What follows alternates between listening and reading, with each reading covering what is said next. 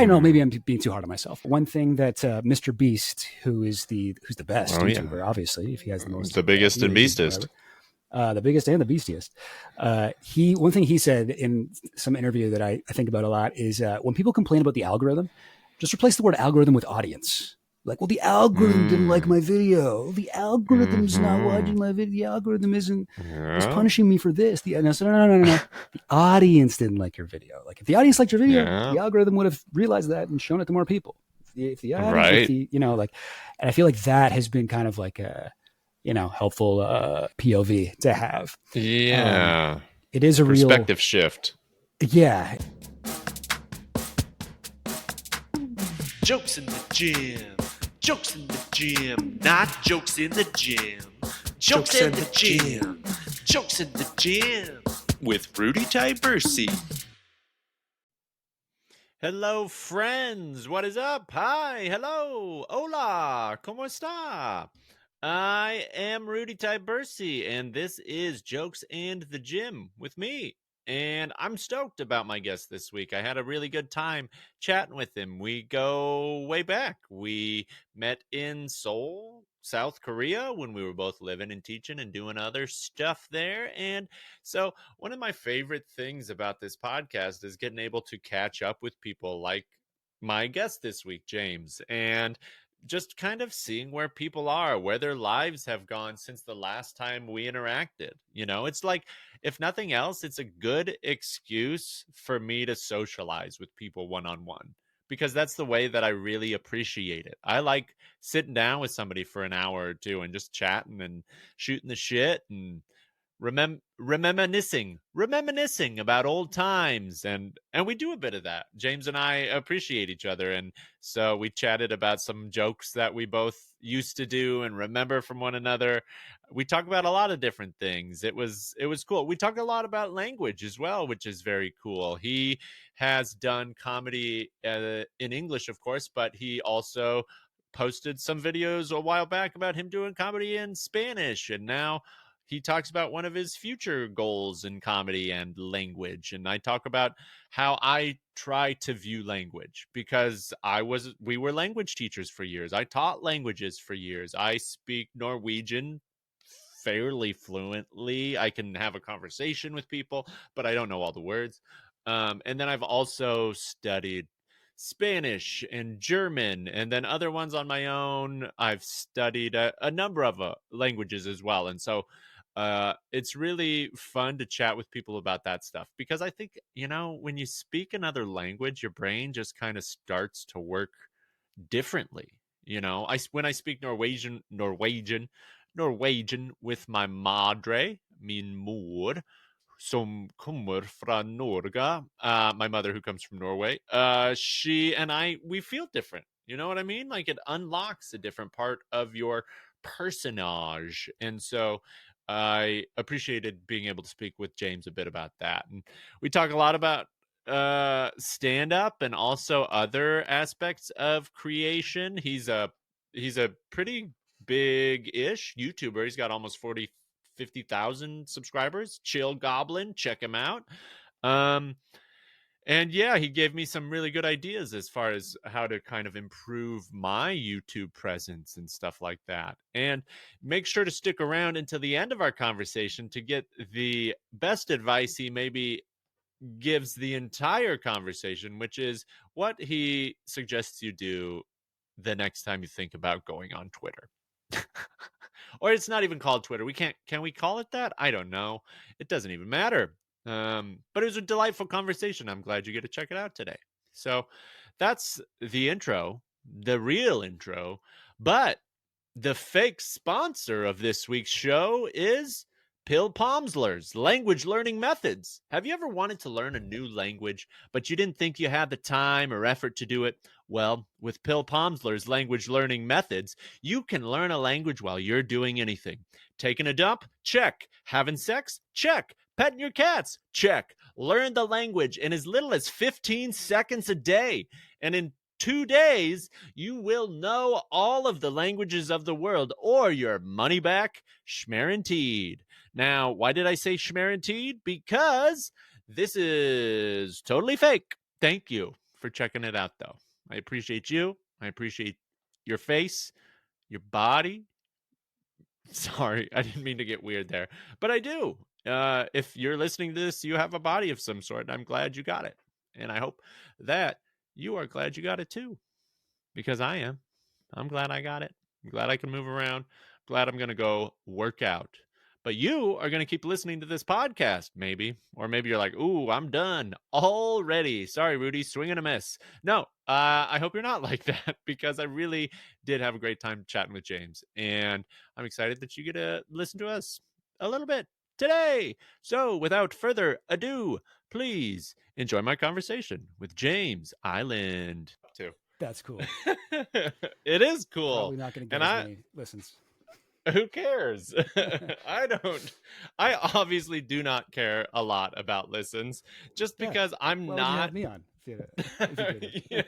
Yeah, exactly. Come on now.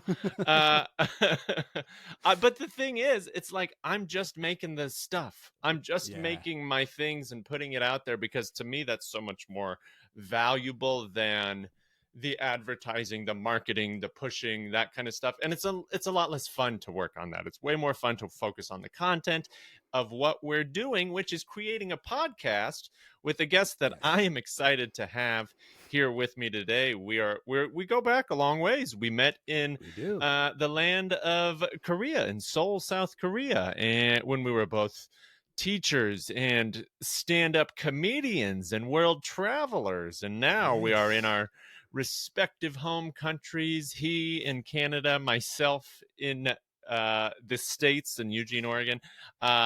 He was one of my favorite comedians in Korea when we were doing shows together, and we got together and talked jokes a lot. He's a comedian now, but he's also working on YouTube, and this vicious beard that he's got going on. Everybody, put your hands together for James Island. Woo, woo, woo, woo, woo, woo. There he is. Thanks so much for having me. Yeah, James, how's it? Yeah, we're we're like here. Audience cheer as I come on stage. Yeah. Woo, da, ba, ba, ba. Yeah, fireworks, the whole thing. Yeah, this is actually a green screen behind me. I just made it look like a filthy room. Nice. Yeah. James, it's a Monday right now. How are you today, my friend? I'm good. Yes. Happy Monday. Doing good.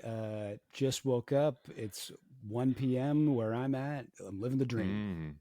Living the dream. You said you told me that you recently moved to Montreal. That's right. And I'm always fascinated by moves. Moves are such a big deal. What was it that kind of precipitated the move, and how's it working out for you? Yeah. Okay. So it's a little bit of a therein hangs a tale. I'll say. Ooh. Yeah. So my girlfriend got a job. She got a job in Montreal, and we were like, oh shit, I guess we gotta, move there. So we got our stuff together. We were living in Toronto, Ontario, so it's like a different province, or a state, as you might call it. We might. You might be wrong. I don't really know how you guys do it, but we were in a different province, and so it was a kind of a whole thing, like having to move, and we had to get a moving company to get all of our stuff. We had to break our lease early. We were able to talk our landlord into doing that. It was kind of a nightmare, but it ended up okay. Right. And then right before we moved at the end of February 28th, I guess. And they were like, the job that she got, they called her on the what's it called, Valentine's Day, and they fired her, so she lost her job. Yeah. Ooh, and we were like, brutal. Oh shit. We still kind of have to move. We've broken our lease. We got out of our lease. We've got everything kind of going. And it was a nightmare. But so you came here just flying, flying for no reason, basically. There's absolutely nothing pulling us here other than a contract we signed with a landlord. And because we were like, oh, I guess we won't go, and we were like, no, we still have to go. It would be so much worse if we stayed here. We have to it would be malpractice. Yeah. But you know what? It is moves are stressful, and I don't like doing them, but it is kind of cool to just kind of, I don't know, like get out of my comfort zone a little bit, go somewhere else. I've been in Toronto for a while. Like I've been in Toronto since I left Korea. And okay. I love Toronto. Toronto's a nice place. I mean, mostly I love the people that I knew there. I had a lot of friends who I miss, but Toronto's okay. I'm not gonna shit on Toronto, but it's just cool to be somewhere else. I don't know. I love to travel. I love to experience new culture. Montreal, exactly. like Quebec, is like a completely different culture from what I'm used to. And is it? Ontario. How is it so different from Toronto or Ontario? Well, I mean, it is just French here. I was like, that's like some sort of je ne sais quoi. Oh yeah, everybody speaks French, but everybody speaks French. People are kind of intense about it, and Montreal is probably the most English friendly place you could go in this province, but it's still very French. And I think Toronto has a lot of like American culture, sort of, absorbed into it. Like Toronto doesn't feel too different from New York. Like a smaller it's the big city version. Yeah, it's a big city. Montreal's a big city too, but it feels different. I don't know. The buildings are older. It has like a European kind of vibe.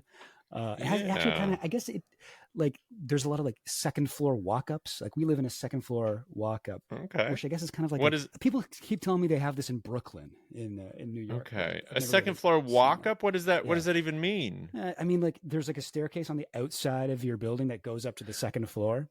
So that's where I live in one of those right now. It's very pretty. Like walking down the street, you're seeing all these second floor walk-ups instead of like skyscrapers and stuff. I don't know. It feels nice. It's a picturesque, pretty town. There's a lot of graffiti everywhere. There's a lot of artists who live here. A lot of like radical political, like anarchists, activists. Yeah, it's that's cool. kind of fun. It's because it's so cheap. It's a cheap place where artists get to live here, and they can work like a minimum wage job for 20 hours a week and still survive, be creative. Yeah. So there's like graffiti everywhere. I don't know. Well, I've been thinking about like, when you move to a place, like what is it that like grounds you? So what is it that's helped you kind of get in your flow moving into a new place? Yeah. What is it that grounds me? I don't know. I guess, I mean, doing stand-up in a new place is always like very comforting. Going out to open mics, meeting people, such a good place to meet people and, make new friends and kind of like find out about the city you're in. Totally. Hearing people do jokes about it. They're like, we all know this aspect of life here. I'm like, well, actually, I didn't know. Thanks for letting me know. Now I can complain about it. Sound like a local. Like whenever I was go for it. No. Oh, I was just going to say, whenever I traveled through, like, when I was living in Korea and I'd go to Thailand or something like that, I'd always do stand up there and just like, I'd always like, meet people and find out about all the places to go and stuff. So yeah, moving somewhere new to live.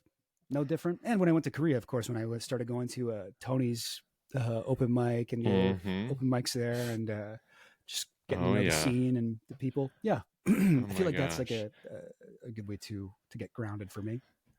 For sure, yeah. Tony's, you mentioned Tony's Aussie Bar in Itaewon, Korea. Oh my gosh. That was the first place I ever did stand-up. Wow, that's wild. It is totally crazy to think of. I was the only comedian at this open mic. It was mostly poetry at the time. Oh, never a good thing to be. The only comic at a mostly poetry open mic. Well, I mean, sometimes it can be good because people can be relieved. You know what I mean? Like, okay, we don't have to take it all so serious. But if it is the room that wants to take it all so seriously and you go up there talking about your butt and it's like, okay, sorry, missed the mark. I'll never be back. But there was somebody was doing a poem and she had laser lights showing and a guy on the bongos and music coming from her laptop at the same time. Whoa. And there was some kind of poem that she had that was entitled something along the lines of graham crackers were created as a way to distract people from masturbation or something along those lines. That's true. And I was like, is it? Yeah. It's like the Seventh-day Adventists or whatever, right? They made graham crackers and what's it called? Cornflakes, because they thought eating bland food would help you stop jerking off. Anyway. Really? I mean, believe that's that the case, makes the title a lot better, actually. I thought it was just madness from a poet, yeah, but it's no, I don't actually. blame you. It sounds like maybe a little bit of both, but yeah. And okay, well, I'm glad to know that. So the Seventh-day Adventists created. So bland food would stop you from jerking off. Was the That's what idea? they thought. I don't think that's true because I eat a ton of bland food and jerk off almost constantly. But almost constantly. Almost constantly. I took a break for you, Rudy, because we're old friends. But oh, thanks, pal. Yeah, I saw both hands. Actually, that's a huge compliment. But yeah, like John Harvey Kellogg. Like I think he was like one of the big Seventh-day Adventist guys, and the Kellogg's like cereal companies from that like family. And anyway, yeah, I listened to a podcast about it. I'm not like actually you're not deep anything, into but, it, but yeah, I think that's actually true. Anyway, sorry, you were saying this insane poetry show with like lights and yeah, and music. And some like that some just sounds guy, like, at what point does it stop being poetry and start just being a song? Yeah, like it was just that point, but a speaking song, like one of those Shatner songs, you know, where he like speaks to old hits or whatever. Gotcha. and she did this thing, and some guy in the audience, he was, and I'm gonna say this, but I think it's true. I think he was kind of brain damaged. He was a guy who would come to shows in the scene, and his name might have been Larry, or it might have been Barry. But I feel bad about it being Barry because we had a friend named Barry who was not brain damaged. And so it wasn't our friend Barry. She's great. But this guy, he was like, he like started heckling the poet. Like he was heckling the gal on stage, and there was a guy playing the bongos, and the guy on the bongos just couldn't deal with it. He goes, ugh! The guy on the bongos stopped playing the bongos, and he was like, I'm drumming at 6 BPM. That's not exactly easy, or something like this. And he just flipped out. 6 BPM? That's only one beat every 10 seconds. That's crazy slow. That's a wild bongo that is wild. beat. Yeah. No one appreciates this. That's like Chinese water pictures. Like, yeah. When's it coming? When do I do the next part of my dance? When's the next bongo? And that was the first time I got on stage a little after that, and it was the first time I ever got on. It wasn't good. It wasn't funny. I have a clip of it somewhere on I'm my so glad computer. to hear that. I hate when people are good right away. I was awful at the start. Yeah, me too. But because there were only like 7 comedians in Seoul at the time, I got decent shows. Yeah, you were one of the top 10 in the country. Yeah, it was pretty impressive for a while. There were 9 of us, but I was in the top 10. Just barely. I opened for like Ted Alexandro 6 months after I started Korea because other people had already had the scene going, and Brian Aylward and other people and stuff like that. And I got to do a nice show and stuff. So I was like, oh, comedy. Yeah, I'm so great. But like, I look at like my first year stuff and I'm like, ooh, don't like that. Yeah, I can't even watch my old videos or anything. It's just too painful. Yeah, it's like, oh my gosh. Yeah, I definitely see that the talent pool was shallow. And so I'm glad that I stuck with it. I'm glad that I liked it. And I'm not sure why, because if I'd have seen me doing comedy, I probably wouldn't have. You know what I mean? Like it wasn't. You wouldn't have liked yourself? Yeah. I feel like we're always battling that like, has my skill reached my taste? You know what and so the true. Answer is usually no. It's almost never yes. And if it ever gets to yes, you need to be honest with yourself, probably. You need to get better taste. Or your taste sucks. Yeah. Your taste sucks. Yeah, I got that right away, but I have horrible taste. Yeah. My taste is garbage. Yeah. And are you doing much stand-up these days? Is that a part of your life in Montreal? Definitely a part of my life. It's not like, I mean, I had so many years, like basically like all through my 20s, I was just like obsessed. When I still had like energy, I guess, I was obsessed with doing as many shows as possible. And I like, before I went to Korea, I was doing a show, at least a show every night, usually more. Yeah. And Right. in Toronto, you could do that. You just run all over town and do every single mic and do the same jokes with the same people and whatever. It's so funny. Like, go to one open mic, do these terrible jokes, then run across town, like, whatever, to another mic. It's all Totally. the same guys, do the same jokes without changing them. Just a wonderful experience. But I was doing that. Standing applauses nonstop. Oh yeah, absolutely. Oh, absolutely. No one was just like looking on their phone or in their notebook the entire set. That wouldn't happen. Yeah, But hanging on every word, loving it. but yeah, I just I don't know. It was like this thing that people like older comics would say, if you're not doing at least 10 shows a week, you're a hobbyist. You're never gonna make it in this industry. And I was like, okay, and I just kind of like threw out my entire like social life and became obsessed with it. And when I went to Korea, there was only like a couple shows that were comedy shows, and I was like, oh, that's not enough. And I had to find some like I found like a bunch of other like music open mics and poetry open mics that I could do. I was just trying to do as many as I could. And then when I got back to Toronto, it was back to the grind. And now I'm just like, nah, I can't do that anymore. I do like a couple shows a month at this point. What I really want to get into is French comedy. The issue is I don't speak French, so I gotta learn that. And then I'm gonna Duolingo.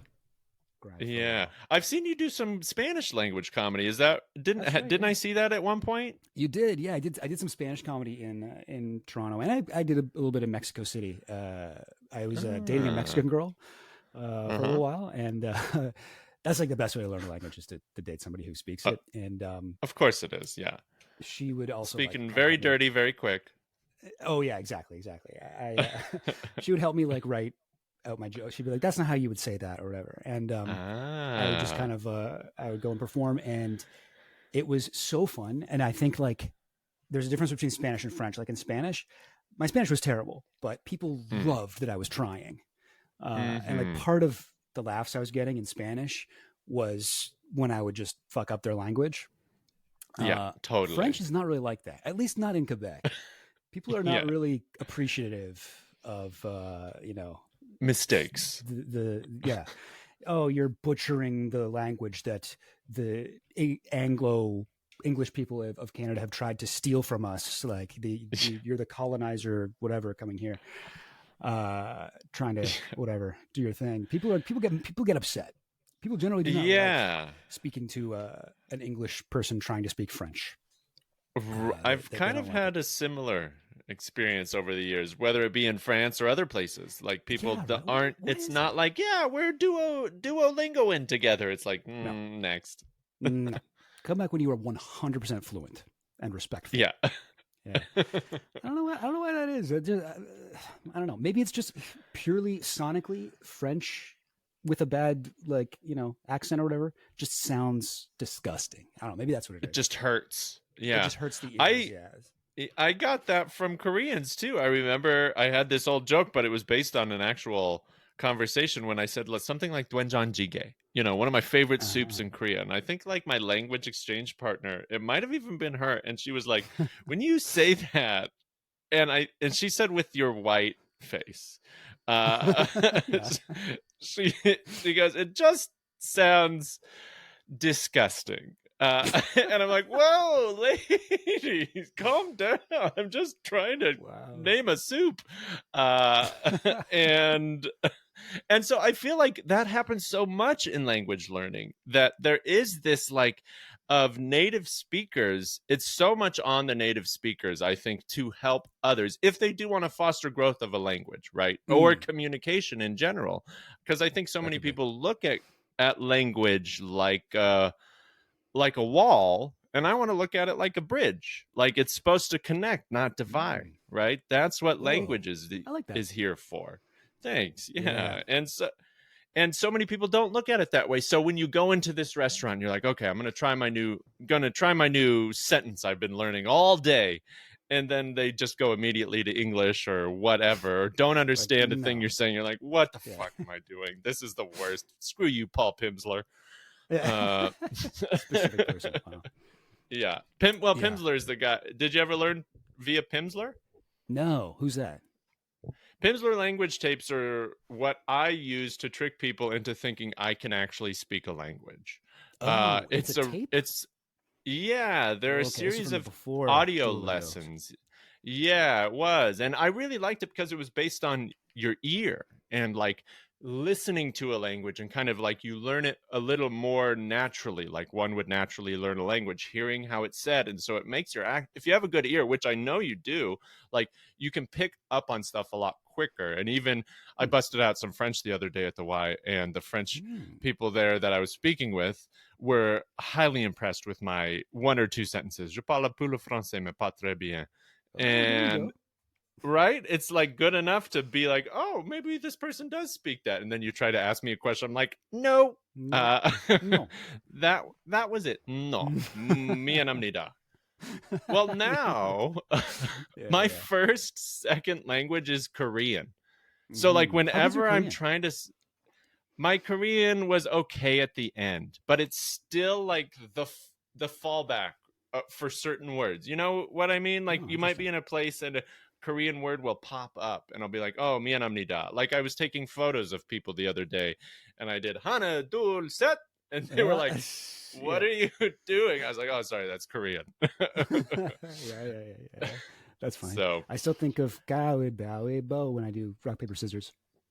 exactly, kai bai bo. And so I'm trying to speak Spanish to some people, and then Korean pops out, and they're like, this guy doesn't understand how languages work. Yeah. It's so funny, like learning like 2 second languages or whatever, and like you can't, you need to like hollow out that space in your brain that you put the old language in to learn the new one. It's otherwise you keep getting confused. I do that constantly now when I speak Spanish. I cannot think of the Spanish, even the Spanish pronunciation. My R's go from like the Spanish like r to like the French like r. Like it's like I'll have a burrito. Like I don't know. I don't know. I really wish I'd paid more attention to language, like, because I just found out like recent, like as an adult, like in the last couple of years, like I actually really enjoy learning languages, but I just was so resistant to it back in school. I was supposed to learn French.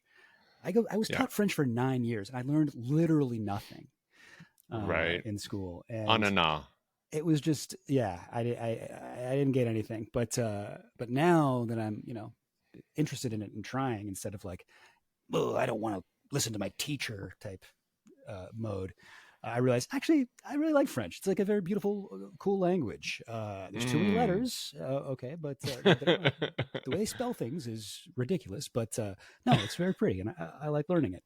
And when I was in Korea, I did not even try. I knew how to direct a taxi, and I knew how to order vegetarian food, which is actually pretty difficult in Korea. But I never really learned anything of the language. The joke I mentioned to you before we started recording, a joke of yours that I still think about, and it was about being vegetarian in Korea. And do you remember the joke I'm referring to, essentially about how people are like, oh, how do you get your protein in? How do you get, being a vegetarian in Korea must be hard. How do you get your protein in? And you're like, oh, it's easy. I get most of my protein by accidentally eating meat, because there's meat in everything in Korea. Everything, and people would just not understand. Like I don't know if there is a word for vegetarian in Korean. I never learned it. I would just go and be like, take the meat out, please. Koki pegel juseo, I think is how you say it. Yeah, and they'd be like, no meat, but ham is okay, right? Fish, you can have fish. You can have it. You can have a beef. Yeah, beef. Yeah. Like, a hamburger, right? No meat. Yeah. It just can't be alive. Is that what you mean? You don't eat live meat? Animals? Yeah. So I did pretty frequently. Anytime I would eat something, I'd be like, this is a little bit more nourishing than I'm used to. I think this probably has meat in it. Yeah. My eyes are less sunken right now. I wish I think there was like a bit in it. I was like, oh, these vegetables are so cool how they are still moving when they bring the plate or something. Anyway, I had some delicious meat in Korea by mistake, and I feel like I still get to call myself a vegetarian even because if you have it by mistake, doesn't count as breaking the rule. So that was nice. Right. Yeah. It doesn't count. You're fine. You're in the clear. I'm in the clear. The word I'm still going to heaven. There might. Yeah, you're going to vegetarian heaven. Yeah. You are. there might not be a Vegetarian word Haven. for vegetarian at the Haven. There was maybe one vegetarian place in all of Seoul. There might have been like a vegetarian buffet somewhere. There was a that I place went to called once or Vegetarian twice. Haven that I went to, and there's a couple in Oh, okay. Itaewon. Okay, all right, yeah. But yeah, for the most part, that was not really a sustainable lifestyle. Yes, you were my. I had a couple of people like you in my life. The word for girlfriend is yoja chingu, and so I would call my vegetarian friends my yache chingus. Yache is vegetable, I believe, if I remember. Fine. So yache chingu is like, oh, you're my vegetable friend, and it's like, oh yeah, it's like an episode of VeggieTales almost, more than someone who cannot function in Korean society with Koreans like they want you to.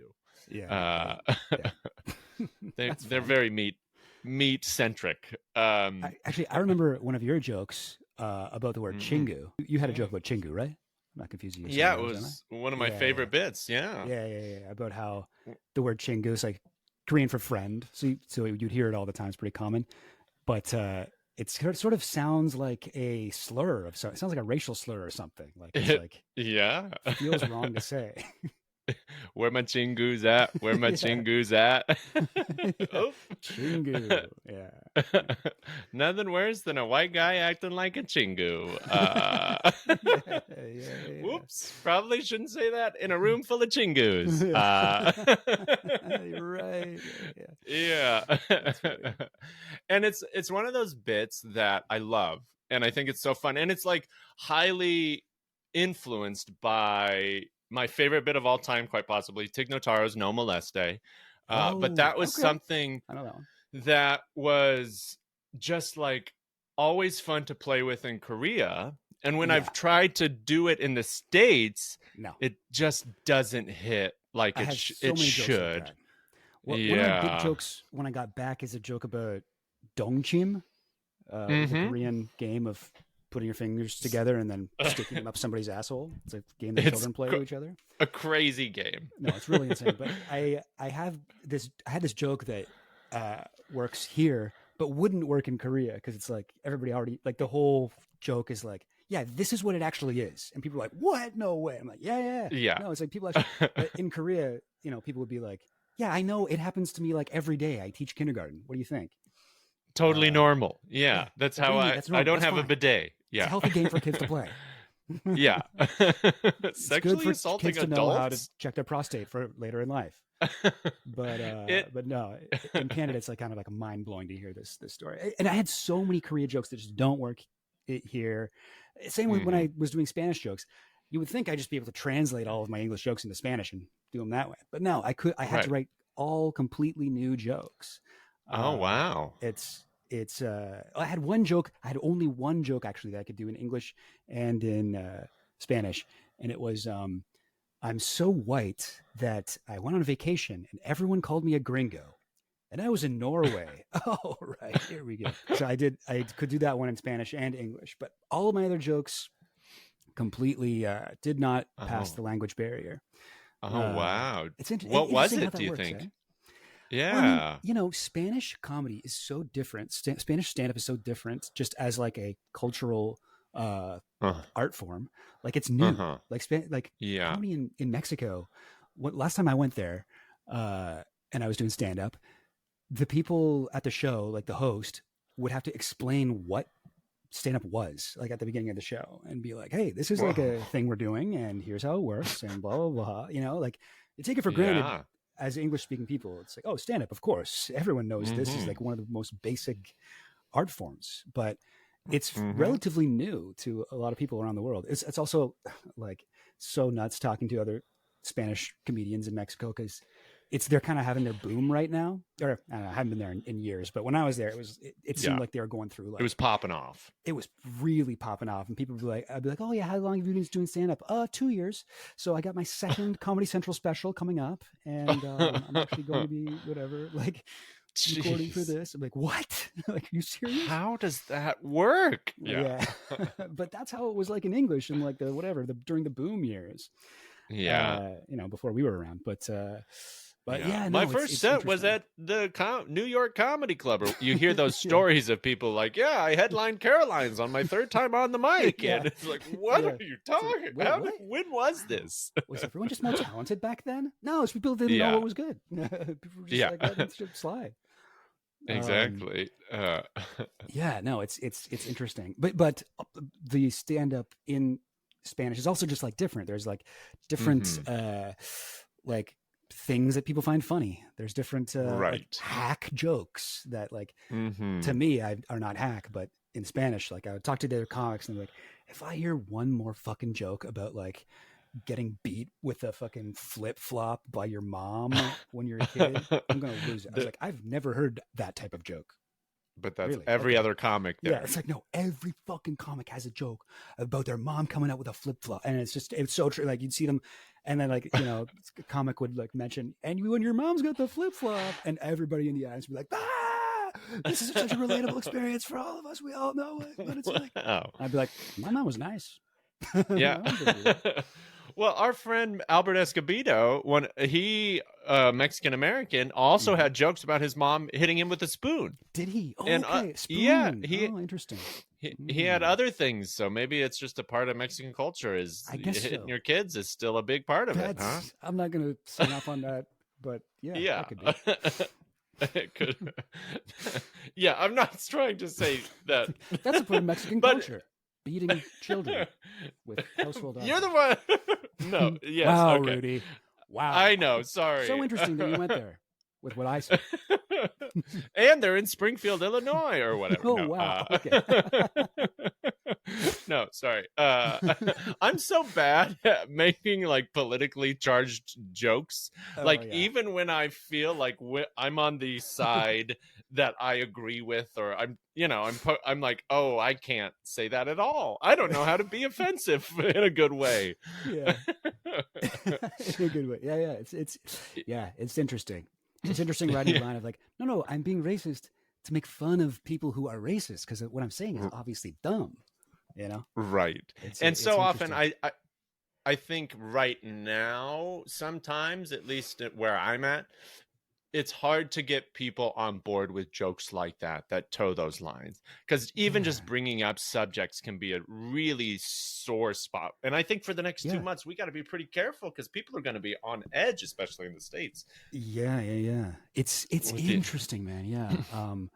Certain topics. And you know what I always think of is my first year in comedy, there's a guy who was killing it with this joke he had about meeting an Indian guy. He's a white guy doing this joke, and he does this Indian accent.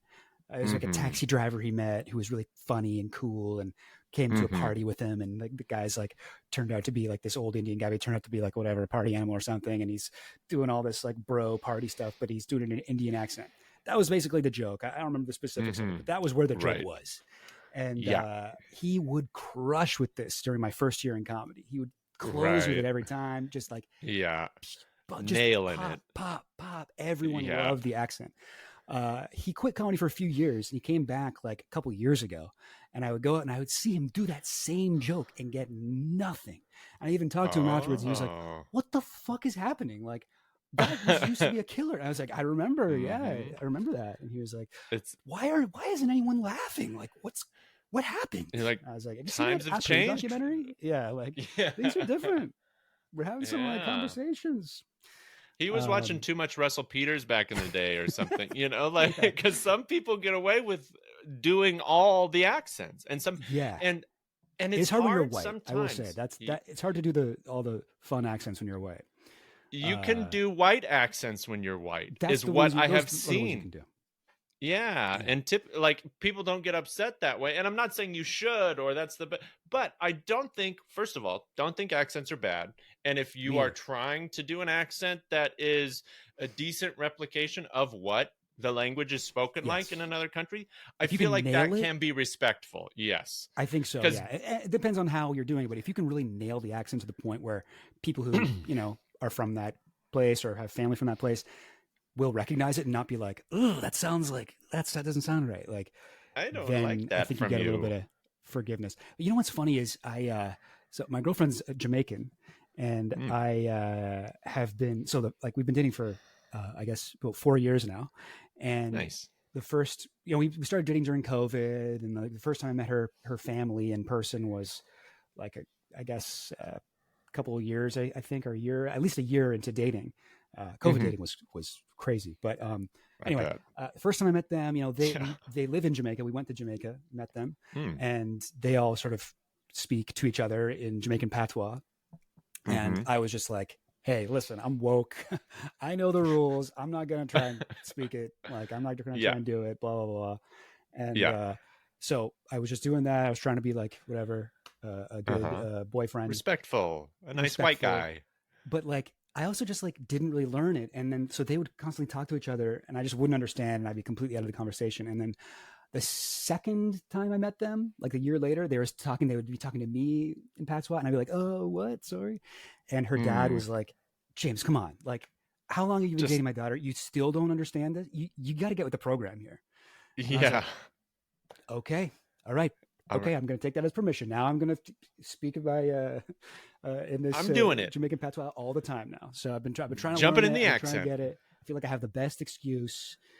You totally do. I'm like, no, I'm trying to connect with my girlfriend's family. Okay. It's funny. Yeah. I mean, that's a great premise in itself, right? Like, that's funny because it's about your actual experience. And I feel like people can't, or I mean, they can, people can get mad at anything, but that seems totally reasonable to talk about that story and then bust into the Jamaican patois, like, because that's pop central, right? And if you come at it from an angle of like, no, I'm doing this because I care about my girlfriend and respect her family and want to be able to, again, you're looking at language as a bridge, not a wall.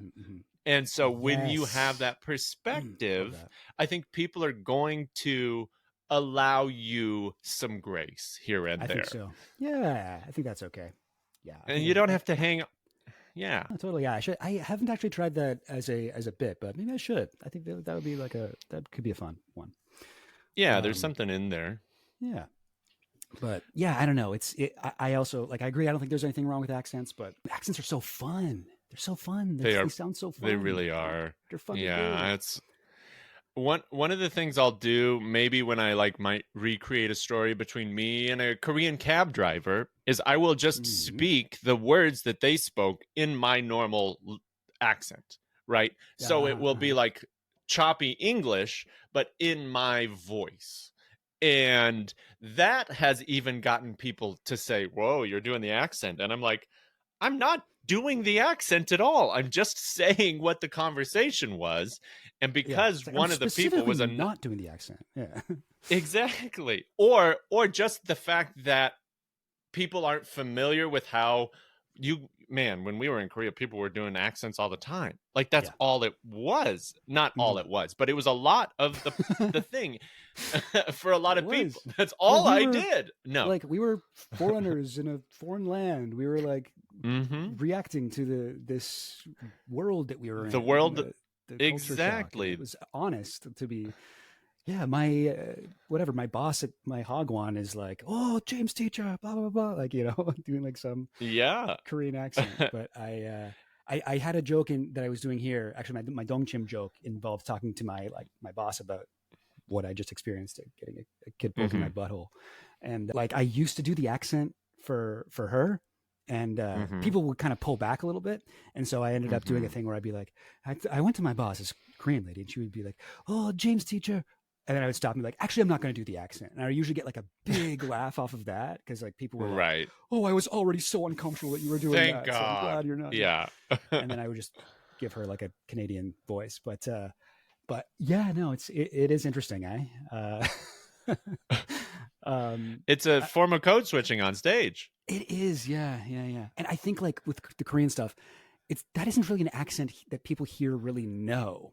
It's not one that people see on TV or whatever. Like maybe people watch Korean movies, but they don't hear them speaking English in that too often. Like you said, there's a point when you start to learn a language, and I've tried to work this into like a premise, but it's like where you just have to be a little racist. You just have to have to go past it and sound like an Austin Powers villain. Like at some point, you're going into the Darklands and you're going to make some people uncomfortable. It's never my goal. I never want to do that. But if you're actually trying to speak a language, that's why people say I have a decent accent, is because I have less shame around it, because it's just like, no, you got to go into the Pepe Le Pew. You got to go in to whatever it is, Boris and Natasha. Like, you're going into that world to try to communicate with people. And usually, if you can actually say the words, people are receptive to it when you're trying to communicate. When you're on stage, it's a totally different ballgame. Right. Yeah. Trying to communicate versus trying to get laughs. It's like different levels. Yeah, I'm not trying to communicate when I'm on stage. The last thing I'm trying to do. Isn't that a ridiculous idea? I hope no one can understand what I'm really saying. They don't need to hear my cries for help. That's what one person who's running for president hopes right now. They hope people can't decipher what he's actually saying, because it's all hogwash. Balderdash. Absolute poppy. Balder. Oh my gosh, some great words you're just dropping right there. Baldercock, poppy dash. Baldercock. Baldercock. That's a Norwegian god of fertility. Yes.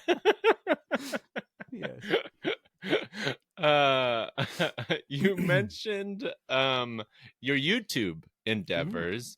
Can you tell me a little bit about like what kind of YouTube channel you're creating? Because I've been thinking about moving towards YouTube a little bit more as well, because I like that long form aspect of it. What's your channel kind of like, and what do you make video essays about? My channel is called Chill Goblin. I do video essays that are political usually, but also just kind of whatever I find interesting. I have a video about the JFK assassination. That's probably my favorite one that I've done.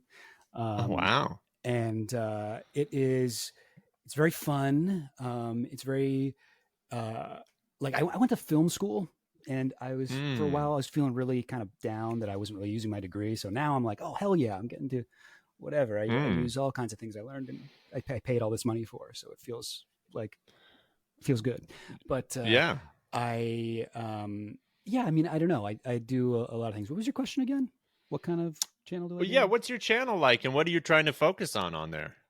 I'm trying to focus on I don't know. I'm trying to maybe I think when I started it was like very hardcore political left wing, like if you're not a communist, then don't even watch this shit. And now I'm kind of like, not about you a little bit, and there should be a little bit more welcoming of people who aren't exactly as radical as me, and be a little bit more palatable. Have you felt that shift in other parts of your life as well, or has it been more for your channel? I mean, well, yeah, I guess I don't know. I mean, I still pretty much am the same person I was when I started the channel. It's just I've been I like watching my old stuff. It's kind of like watching your old stand up and being like, oh, is that how I was doing it back then? Ugh, I'm like cringing. Right. I think that like you said about when you started doing stand up, like if I was watching the stuff that I was putting out, I wouldn't have liked it. I don't know, maybe I'm being too hard on myself. Yeah. I've definitely tried to learn some things. One thing that Mr. Beast, who's the best YouTuber, obviously, if he has the biggest and beastest, the biggest and the beastiest. One thing he said in some interview that I think about a lot is when people complain about the algorithm, just replace the word algorithm with audience. Like, well, the algorithm didn't like my video. The algorithm's not watching my video. The algorithm is punishing me for this. No. The audience didn't like your video. Like, if the audience liked your video, the algorithm would have realized that and shown it to more people. If the audience, and I feel like that has been kind of like a, helpful POV to have. Yeah. It is a perspective shift. Yeah, it is a bit of a difficult working with the algorithm. I think we were talking about this before we started recording, but just the way the algorithm works, trying to guess that, like trying to be 2 steps ahead of the algorithm that you have no idea how it works. It's very frustrating sometimes when the algorithm is like, sometimes you'll get demonetized on a video. Like you spent like 6 months working on a video, and then the algorithm's like, and we're not going to run ads on this. You don't get any money for it. Sorry. You're like, what? Yeah. No, why? And like the worst is you put up a video, usually the first like couple of days, at least for me, is when I get the most views and would make the most money from ads. And sometimes I'll put it up and it'll be like demonetized. I'm like, no, why? And then 3 days later, I'm like, oh, actually we were wrong. That should have been monetized the whole time. Whoops. Sorry. I turn the ads back on and it's like, oh, I missed out on all that. So it's brutal. It is tricky. Like, I have to be so careful when I upload a video. Like I keep it private for the first few days. If it's demonetized, I got to send in my requests to YouTube. No, I need a manual review. I need this. I need that. Hey, this is completely fine. This copyrighted material is under fair use. Blah blah blah. Yeah. It's a whole thing. There's a lot of red tape you kind of have to go through to kind of exactly. Get your stuff up on YouTube. And so is YouTube one of your primary forms of income these days? Yeah. Pretty much since I moved to Montreal, definitely. It's hard for me to really get anything else going out here. But when I was in Toronto, I was doing a couple other things. I was actually teaching stand-up back in Toronto. That was a fun thing. I was teaching it to kids. I would go into public schools and teach them about how to do callbacks and riffs and the rule That's of threes awesome. and whatever. Yeah. What was your first day syllabus like? What were you telling them on the first day of class about stand-up? Here's a little 11-year-old Canadian Toronto kid, and here comes James with his beard and ideas about stand-up. Beard full of ideas. Yeah, I mean, we did this exercise where we would give every kid like a little joke. We had like on little slips of paper, and they were just like terrible, stupid jokes from like 100 years ago. And we would get them each to go up in front of the class and present it, and then we would kind of like, we taught everybody how to use the microphone. That was day one. We'd be like, all right, so you take the microphone out of the stand, and then take the stand and put it behind you. If you do that, you already look more pro than like half the people at an open mic. Like that is to this day advice. Yeah. And like, so when kids would come up to do it, if they forgot to move the stand back, people would be like, move the stand. Like, oh, right, I love that. Yeah. Creating good audience members as well. Yeah. Yeah. Not if they're heckling the comedian by yelling. Yeah, but still, they get it. But we would do that, and we would just kind of like talk about what people, if people had their own jokes. Anybody have their own joke they want to share? Go up and do it. It was usually we did different lengths for different whatever schools. Sometimes it'd be just a one-day thing. Sometimes it'd be like a full week. But the full week ones, we'd have like on like the third day, we'd sit down with the kids and get them to like figure out their jokes and make little writers' rooms with like 10 kids, and the kid would read their joke idea, and it was usually pretty crap. You don't say. Unpolished premise. But it's just kind of funny. You need more focus on this premise, Tim. Yeah. But like some of the kids would really get it, and like they would be like helping their classmates and be like, whoa, that would be a good opportunity to put like a rule of threes joke. Oh, what if you made like a misdirection here? Blah, blah, blah. And I'm like, yeah. That's exactly right. Good stuff. Look at that, little Timmy. Do you want to take a look at my side? Actually, I have a couple jokes. I'm not really sure. Yeah, but, it was cool. Get some punch up from 8-year-olds. Yeah, that's so cool. It really made me think about I don't know, comedy as like a science, like it's like a mathematical thing. Like, have you ever heard of what's his name? He was Bob Hope's head writer or something back in the day. Gene Parrott. Was it Parrott? Love Gene Parrott. I've read his books, numerous of his books, because I just think he's the best comedy writer around. He's the way he thinks about comedy is so smart, right? And like, the thing where he does like the shape of a joke. It's like it's like a straight line that sort of bends at the end. Like that's the shape of a joke. Yeah. And like thinking of things that way is so helpful to me. Has been like just like so helpful to me as a comedy writer. And like being able to look at jokes and be like, oh, you know what it needs? Like that bend is happening too early in the joke. Like I need to like rearrange the words and put them here. Oh, you know what? I need to establish that straight line before the bend a little bit more. Like I need to whatever. That sort of thing I've gotten really into that. And I went to. And do you Do you do that for your material these days now too? Yeah, definitely. Like I think about stuff like that. Like with my YouTube channel, I unfortunately don't get the luxury of being able to workshop things at like open mics and stuff and be like, oh, this isn't working like this. Maybe I'll try it like this. Oh, it works like that. Mm-hmm. Great. So I kind of have Yeah. to have a little bit more of a like comedy writing Gene Parrott type approach to the jokes I do, since I don't get to try them out. And yeah, so I definitely I apply that to my own writing. Absolutely. Yeah. Yes, That's something I've kind of been doing as well in the pre-writing process, because historically for me, I've done so much of my writing on stage. I'll go up with a premise, I'll go up with an idea, and I'll work it out on stage. I'll beat it out because I try to have a conversational style to my comedy. And I appreciate that, and I want to maintain that. But something I've been trying to experiment with a little bit more now is doing the prep work, doing the pre-work, and giving more weight to ideas that I have before I take them on stage. And like, oh yeah, because when you watch an hour-long comedy special, they're like big chunks. They're big old bits with a really clear or the best ones are the ones with a clear focus and clear premise, and they say their idea and then they back it up, and it's like, oh yeah, that's what you want to do. And it's not something that I've always been in the habit of. So when I do get a chance to do that, it feels good. I put a little feather in my hat. Yeah, interesting. Huh. So would you say you started out doing more writing on stage and now you've sort of like kind of forced yourself to learn how to pre-write things more? I would say that is something I am working on. I'm working on that because I am not going to as many mics as I once did. Like you were talking about earlier, it's like, yes, there's that point in your time as a comedian where it's like, I got to get up 10 times a week as much as I can, day after day, no matter what, end of the night, I'm at a mic. But I mean, this is called Jokes in the Gym because I'm really concerned about my mind and body.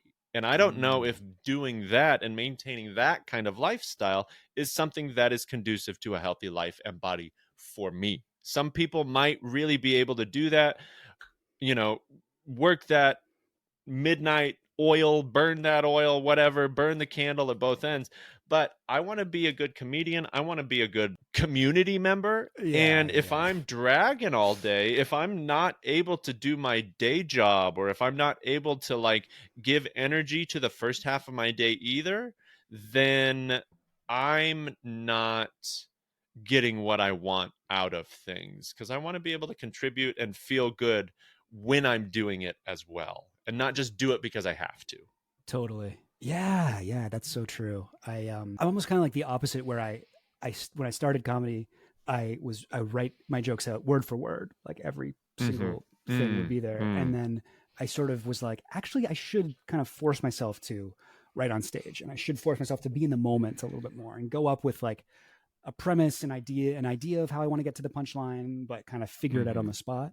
And I'm like, that is something I'm still working on, where I'm like there is like a big difference, right, between how you sound, how you come across to the audience when you are reciting something you've written, like lines, as opposed to when you're actually in the moment and you're being like an honest person, taking a thought and forming it into sentences like on the spot. Like that is a noticeable difference. And I think it's like, totally, to me, stand-up is very much like the illusion of a conversation. And no one likes to have a conversation with somebody who is just reciting shit.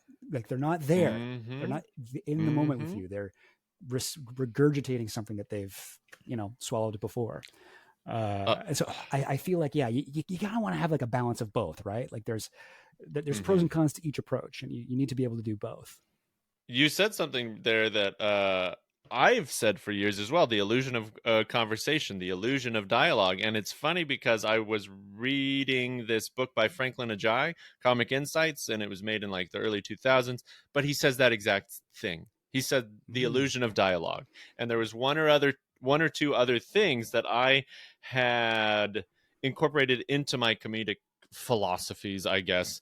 That and like comedy is honesty. It's you, it's yourself, but it's you magnified by like 120% or something like this. You know, it's like, it's the parts of yourself that lend themselves to comedy made bigger, because you're on stage. You're the only thing on stage. You are the person that's doing stuff. And it's like, yeah, I want to tell truth. I want my truth. I want to come from a place of honesty. But embellishment is part of the fun. That's the jokes. You know, that's what jokes are. They're your ideas made bigger and put in a different light, so other people can see them in a similar way to you and hopefully identify with it. And I'd really recommend that book. Yeah, that sounds interesting. What's it called? I haven't read that one. Comic Insights. And Comic Insights. Cool. By Franklin Ajayi. I love a good comedy book. Yeah, the Gene Parrott ones, I'm so happy you mentioned those ones. Yeah, we work through the Comedy Bible together? I know we met and did work together. Yeah, we did. We met up a couple times and talked about jokes and stuff. But it's the Comedy Bible is the one with the yellow cover. Is that the one I'm thinking of? It's kind of got this like ABC. It's a white cover with a red outline and this childish kind of cover, but it's not a bad book. Judy Carter. Okay, yes. That's the one I'm thinking of. Yeah, did. Someone gave that to me in Korea. I think it might have been you or Albert. Oh yeah, I just looked at the one I'm looking at has like a yellow like keyboard on the front. Yes. Yeah. And it's a fine book. That one was interesting. Yeah. It's so funny. Like I went to film school, right? I keep mentioning it. I never bring that up for something that keeps coming up. But I went to film school, and like actually, my main focus was screenwriting, and with screenwriting, there is such a formula to story, right? There's like the hero's journey, Save the cat, and Save the Cat, John Truby, Robert McKee, whatever, Amnon Bookbinder, and it was such a jarring way for me to think about writing, because until I got to university, I was just like, oh yeah, just write it. It's a story. Just write it. Whatever. And then when I got there, they're like, on page 30, your character needs to make a decision. If your character isn't like on page 62.5 there needs to be a goose. Calm down, McKee. Exactly. But like, it is really interesting to just like learn all of that shit and be able to kind of like, when you are writing something, be like, well, I'm at the point of the story where this usually happens. Like, just having that in mind, whether you do it or not, is like very interesting. And because I've had all that time where I spent like really drilling in like the formula, the mathematical formula of stories, I sort of I look at jokes now. Jokes to me are like, each individual joke is like the shortest possible way that humans have found to tell a story. Every joke is like it's like a 3-act structure, and the third act is a punchline. Like there's like some like a twist. It's like a twist ending, or something like that. Like it's a story. A joke is a story, even the shortest ones. Where it gives you that sort of like feeling that you get when you watch a really good movie. It's like, oh, this is how the character arc comes together, and the whatever, like the desire and the need is met, and whatever the moral lesson is learned. A joke does that in like 6 words, and it's like, I don't know. It's similarly to learning the rules of screenwriting. I think knowing the rules of joke writing is good, but it's also like, you got to keep in mind, a lot of the funniest people don't give a fuck about that shit. A lot of the funniest people are just like, no, I'm just going to write jokes. Like, I don't need to know that. I think it's good to have that stuff in place, so you have a place to start from. You're like, okay, I'm moving forward in this idea in this way, and if it doesn't fit into the exact formula, then I'm okay, because I'm still moving forward. It doesn't have to be in that same formula. But having the formula to refer to is super helpful. I think Berbiglio has said something along the lines of like, a joke, like a story has a beginning, middle, and end. And he does kind of liken it to a joke, but a joke doesn't even need a middle. It just needs a beginning and an end. And I think that's a really good way to look at it too, because I don't think, even myself, when I'm trying to figure out a premise, I'm not always focused on punchlines. But if you write a story and put some punchlines in there, then it feels more complete. It feels fuller. It feels like you're telling us something, and it's worth our time, Totally. And just so when I also have this train of thought style, so I might fall off the cliff of one joke unintentionally into another joke and just like end before I get to the end. And sometime the other month somebody said, I don't know if you meant to do this, but you just kind of like totally turned away from that joke or whatever. And it wasn't even intentional, but I think because I do want to ride the wave so much, I'm not always sticking to the script, or I'm not always as focused as I'd like to be. Do you have any things like that you are working on or struggling with that you are trying to work on and get better at? Yeah, no, that's interesting. I do. It's funny how like, people spend all this time breaking down the formulas and stuff. And like, I remember when I read the Comedy Bible, like speaking of that one, the way it was like, here's what you do. You got to take a premise and you got to like think of like 3 different ways to attack it. And like, you maybe go, what if, and like, what, like that sort of thing. And I was like, oh damn, like my best jokes, at least not all my jokes, but like my best jokes fit this like exactly. And like, I didn't even know I was doing that. Like, that's just like a kind of like a natural, whatever thing that like people do. And I mean, yeah, I definitely, I guess like I mentioned this already, but I do, the thing that I struggle more with is the like the riffing and the being in the moment and stuff. I find like, if I'm with like the right person, if I'm with somebody that I know well, I can riff really easily, and like I can be really funny. And I feel like that's when I'm at like my funniest. If I'm just like hanging out with my buddies and or like whatever, doing voices and characters. And like I have a friend who, when I hang out with him, like we just like communicate to each other in like scenes. We're just like constantly like doing characters and bits, and like, and then this guy comes in and blah, blah, blah. And like it's just I feel sketches. Like it's just sketches. My buddy Dan Curtis Thompson, a comedian from Toronto, but nice. he I mean, I wish I could bring like that energy more to my onstage place, where I'm so different on stage. Like, like you're saying, like your on stage version is like a exaggerated version of yourself. I sort of have struggled with like finding that. I guess that's like what people talk about, finding your voice, right? In stand up. I think that like when I do stand up, I'm like, when I watch back my videos, I'm like, what is this voice I'm doing? Why do I sound so different? I sound like this weird like nightclub comic from the 80s or something. Like I'm doing like, hey everybody, how you doing? Hey, hey. Well, that's kind of your vibe on stage in some ways. Is this like hokey guy? Hey, it's your default for whatever reason. I don't know why I've just like, since I started, like I get on stage and I'm like, hey, but I'm never like that in real life. So I don't know. like that is something that I'm struggling with, because it's not like I don't like hate that version of myself on stage. Like I think it's like, it's funny in its own weird way. But that was never a conscious choice. Like I guess like somewhere in my subconscious mind, I was like, this is what a comedian sounds like. So you better go up there and sound like this. Like, I don't know where that came from, but I would love to be able to bring more of just my natural conversational funniness to the stage. And that, like, I've had a kind of a trouble bridging that divide, but that's, we're all a work in progress, baby. We sure are. I love that about us. We're so good at being works in progress. Well, one of the ways that I work on that progress is to have those conversations with those kinds of specific people before my shows, like the day of a show. So like your friend that you mentioned, like try to hang out with him before a show if possible. I would often try to do that with my friends in Korea, like Jessica, Adele, and Kale. And like, those are people that I feel most myself with. So who are the people you feel you're funniest with? Who are the people you feel like the most joy from in your regular hangs? And how do you make that a part of your onstage persona is what I try to do.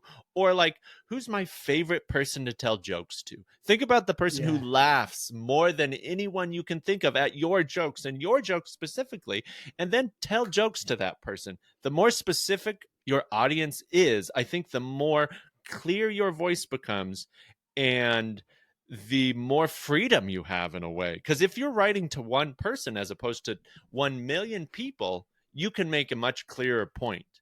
because you're not trying to make everybody understand. You're trying to make this one person understand. And so those are things that I try to keep in mind. Because like I've watched a set recently where one of my good friends, Sabrina, who's been on the show, Sabrina Contreras, very funny comedian herself, but she's such a giving laugher. And she's such a giving audience member, and she makes me feel more at ease when I'm performing. And so how the trick then becomes, how do I recreate that type of energy and feeling when those people are not necessarily accessible or available or around? So that's something I can, it's like, who are you sort of like imagine that they're in the audience when you perform, kind of thing, like that, like you're performing to them even when they're not there. In some ways, and I may or may not like do the actual imagination, but I try to figure out ways to get into that space that I feel when they're there, and maybe imagining them specifically is a good idea, So interesting. Those are some things I try. They don't always work, but whatever.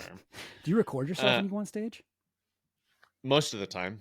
And I don't sit down and watch it back. Not as much now. See, that's where I always fail. I'll record myself. But I'll never watch it.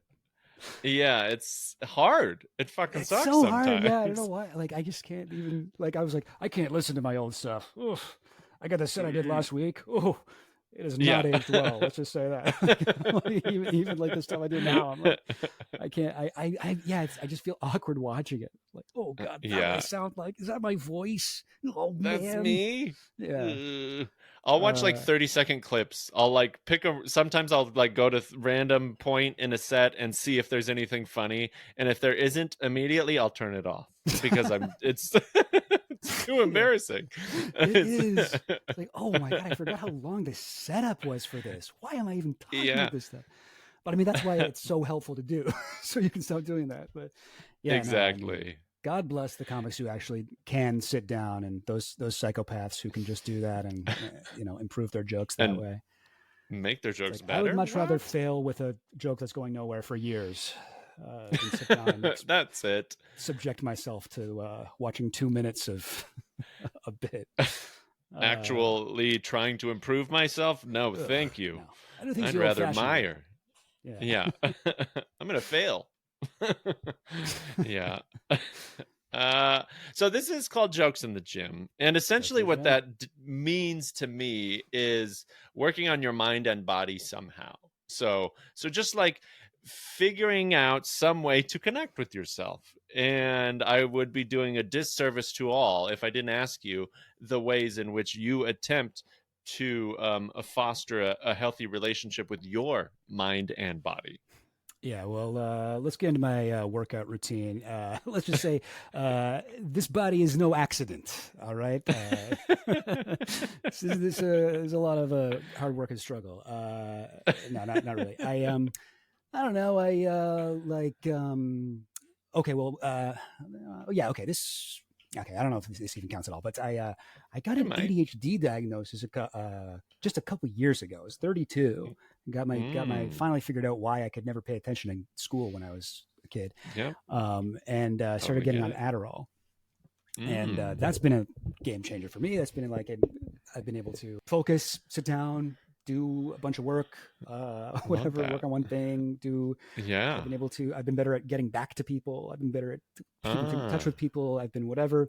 I just like it's funny because it took me so long to realize this and to get medicated that like I wonder how it would have been if I was pursuing stand-up as intensely as I was before COVID with this diagnosis and this medication. Like I wonder what it would have been like to work a real job, which I haven't since I've had my diagnosis. I wonder what it would have been like to go to school. But whatever, coulda, woulda, shoulda. And I've just kind of been like working on my focus. I've started meditate regularly. Love it. Almost every day, not every day. Some days you get away from it, but doing a lot of that, trying to like sit and be just kind of like pay attention to my body or my breath or whatever, and not let my mind wander as much as it likes to. And I find like that's been really helpful for me, I guess. I mean, I think that helps with like ADHD stuff. I don't actually really know, but Totally. I feel like it must, because It does. I have friends with similar stories who have found some peace from the meditation and taking more time silently. Totally. Yeah. I mean, I've been doing that. I don't know. I really should do more working out. I mean, I guess I bike. I bike around town a lot. Montreal, great city for biking. Oh man, I love that. So good. That's nice. So get lots of exercise that way. Do I got a pull up bar. There you go. I don't use it anymore, but I used it for but I used it a lot for like 2 months. And I was like, I wasn't expecting to get like jacked, but I was expecting like some change. And the only change I got was these like gross calluses on my hands. Oh yeah, I love a lifting callus. Yeah, you got the calloused up hands, eh? Oh, nice gains. Calluses. Yeah, hashtag gains, bro. Those scratchy hands. Your girlfriend. Yeah, people don't love them moves all the away time, when you try to brush her back. It's awesome. Yeah. Ow! Ow! My love hurts you. But I don't know. Yeah, I don't know. I should work out more, or at all, even. But I don't know. I like going for walks. I like going for hikes. I like getting out, getting to know the city I'm in. I like going for long walks at night. Male privilege, I guess, but just a lovely thing to do. A late night walk is delightful. Oh, amazing. I like really rushing and being stressed to get out of the house to go to a place, but then when it's over, just walking home. Who gives a fuck? Yeah. I got nowhere to be. I make YouTube videos. I ain't got to be up for anybody. I'm fine. I make my own hours. Yeah. Yeah. I love that. I always loved that. I always loved living in a city and spending a lot of time walking around in it and just kind of like getting to know its layout and finding cool shit. Like, oh shit, I'll bring people here. But yeah, I don't know. You're doing a lot. Is that an answer? That's those are answers. That's stuff, at least one answer. Yeah. I'm not Mind, looking for any specific answer. Yeah. Well, that's essentially it. It's like, what are we doing to nourish ourselves? Somehow we need to move around. We need to take time with ourselves. We need to let our brain like kind of relax from the constant barrage of information and garbage that's going into it, and just like take some alone time. And I think just the idea that you like, oh, I want to work out more. I have a pull-up bar. I have touched it before. Yeah, that's an important step. I pull, Sometimes you gotta pull up. I'm like the hang in there cat, you know? Yeah. You're just hanging there for a while. It's like, okay, I'll get up one of these days. Yeah. No, I mean, I think that's awesome. And that's essentially why I wanted to start a podcast like this, is just to like see where people are at. I just want to know what other people do to help them feel good, to help them get in a place where they can create in a way that feels authentic to them and who they are, and if the physical aspect has any impact on it for you. I mean, can you tell a difference when you're like feeling shitty physically and your desire to perform or anything like that? Oh yeah, definitely. I mean, feeling bad or sick or tired or whatever, never a good thing to feel before a set. Right. Maybe you want to be a little bit hungry or something. I don't know. I feel like you don't necessarily want to be totally rested either. I don't know. But yeah, I guess I've had times where I'm about to go on stage and I'm just like, oh God, like I had a horrible day or something. And I'm just like, I didn't sleep right. You know, that's been, never a good way to start a set. You want to be, at least the energy I bring, I want to be in a good mood, I guess. Right. Yeah. I think some people can make depressed and sick and bad vibes work really well for look good. Yeah. Which is great for them, but also a little bit worried about them. Like imagine like you're before every set, you got to be like, all right, I got to really fucking get in a bad mood. This is feel like shit. But, and it's different for everybody. Different people get into different zones before they go on stage. You know, you'll see the people who are like bulls, literally like pacing around, like stomping their feet before they get on stage, ready for that vibe. Snorting. And yeah. then doing all sorts of wildness. And then there's folks, I mean it's a different vibe for everybody. I like I said, trying to chat with my friends beforehand, get myself in a good headspace, that kind of thing before I get on often helps me.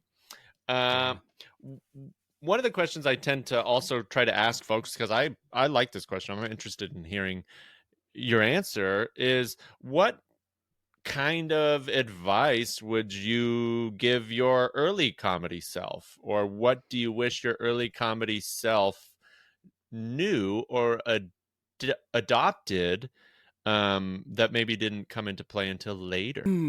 Good question.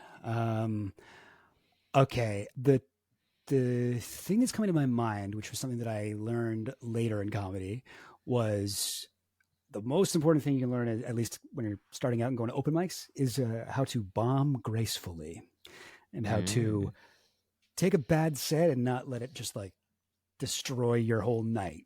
Take a bad set and not let people see you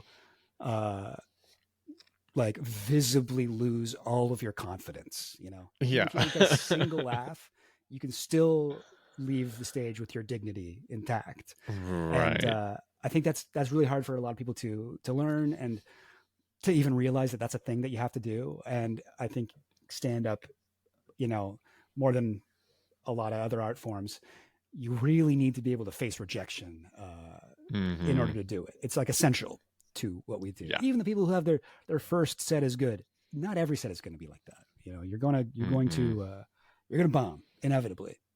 That'll happen. And then the other thing I would say is reach out to people, message people and ask to be on their show. Do that like as much as you can, as early as you can. Reach out to people, message people, be the squeaky wheel that gets the grease. Cause like a lot of, I mean, I still have this issue where I'm like, well, if I'm funny enough, they'll ask me to go to be on their show. And it's like, well, they won't even know you. They won't even see you because you haven't been going to shows. You know, Right. people don't run shows and they're like, I'm going to go to the worst open mics in the city just so I can see where the raw talent is. Like nobody does that. You got to be like, you got to be putting yourself out there. Get yourself a tape, message people, send people the tape, whatever. So those would be, I think those would be my two. Actually, I think those are pretty good advice for people who are new to stand up. Bomb gracefully and message people. I love that. Yeah. I mean, it's so much work. So much of comedy is not comedy. And that's what people don't like. Sucks, and when you accept that and can work within that, then I think you'll be a lot more at peace than if you're just like, why don't they, what did you mean that guy? And we all go there at times, right? But when you go there, I'm like, okay, Rudy, have something to eat, take a nap, and just do something. If you're upset about it, then do something. If you're mad about being booked less than you think you should be, do something about it. And one of those things is to not be as mad about it. And that's another thing, is like being okay with a more free schedule. And sometimes it's packed, and sometimes you've got a bunch of shows coming up, and once in a while it's like, oh, this month is not much. Yep. Oh man. Yeah. And that would always be how it was for me, where I'd be like, oh, okay, I'm going to message people. And then like every day for a week, I'd message people. And then I'd have like a month where I'd have so many good shows and be like, yes, I'm a comedian. I'm making money. I'm doing shit. And then I would stop messaging people. And then after that month was over, I'd be like, whoa, where did it all go? No, come back. Yeah. Oh, yeah. I forgot that thing I did that worked. I shouldn't have stopped doing that. Those actions that I took that were getting me to the places I wanted to be, I'd stop taking them, and I'm not going to those places anymore. What happened? Could that be connected? Wait a second. I watched some of the Emmys, and Baby Reindeer won a bunch of stuff last night. Okay. Did you watch any of Baby Reindeer? I watched Baby Reindeer. Yeah. Yeah, I liked it. It was good. And he had one of those hopeful messages in his speech. Richard Gadd, he won like best writing for a short miniseries or something like that. Is it the same guy that plays the main role in that, the Baby Reindeer himself? Yeah. Oh, okay, cool. Yeah. and he was, just like 10 years ago, I was at the bottom of a barrel. It's like I was in the worst spot. I never thought I was going to get it back from this ordeal that I'd gone through, and here I am, so many years later, winning one of the most prestigious awards in comedy or in television. And it's like, and he's like, I'm not saying that to brag, but it's like, you just keep doing it. You just got to keep doing it. And you never know what's around the corner. If you follow the things that you're, passionate about, that are telling you to make something about them, then you got to listen to that voice and just keep on chugging along. It might not take a day or a week or a month or a year or 2 or 5 years, but I think that there's something so valuable in just not quitting. Word, and that's always kind of so been true. my number one goal. So is don't quit comedy. That's my number one goal in comedy, is don't quit comedy. Yeah, I like that. Don't quit. Yeah. That's attainable. It's attainable. And that makes it a lot more reasonable, right? When you're like, oh yeah, I'm not quitting. I'm just continuing to do it. If I quit, nothing's going to happen. But if I don't quit, something might.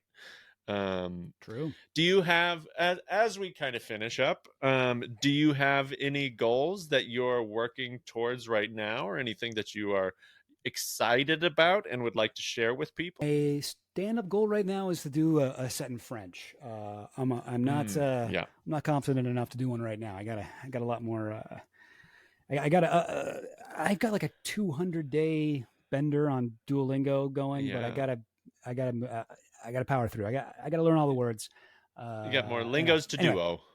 That's my one thing. That's my big goal. And then I have another thing related to my YouTube where I have like a video that I've been working on for over a year now. That's going to be like an hour and a half long, like fully animated, like basically like a movie thing. Characters and stuff. That's I love this. I've been working on forever, and I got to get that out for December. December, by the way, the big month for YouTube. That's where you get the most money for ads.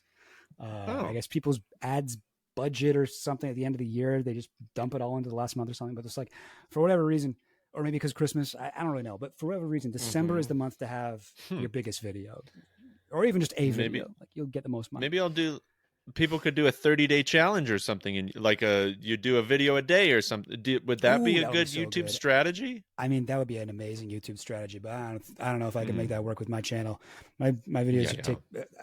It would be a drastic departure from the stuff I normally do. But gotcha. And people don't like that. People don't like when you try new stuff. People want the same old. They're like, oh, boo, do the old stuff. But I don't know. I mean, yeah, consistency would be good. Every YouTube advice thing I read or watch or whatever is like, make sure you're uploading once a day. I'm like, oh well, I put up a video every 3 to 6 months, so that'll have to be good enough. Chill Goblin, yeah. Check me out. There it is.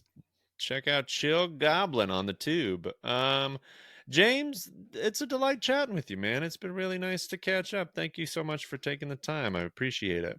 Likewise, dude. Thanks for having me. Yeah, for sure. So follow Chill Goblin. You do the gram or anything else? Should people check you out on there? I'm on Twitter, but I just wouldn't recommend anybody even use that site. But, get off of it. I don't really go into the world. I should. Yeah, go in the world. Go call your grandma. She'll be happy to hear from you. Do anything but go on Twitter. Don't do that. Great words to close on. James, no man is an island. Very excited that we got to chat. Thanks for hanging out. Stick around for a second afterwards, and we'll see you next time. Hell yeah. Jokes in the gym. Jokes in the gym. Not jokes in the gym. Jokes in the gym. Jokes in the gym. With Rudy Tyburczy.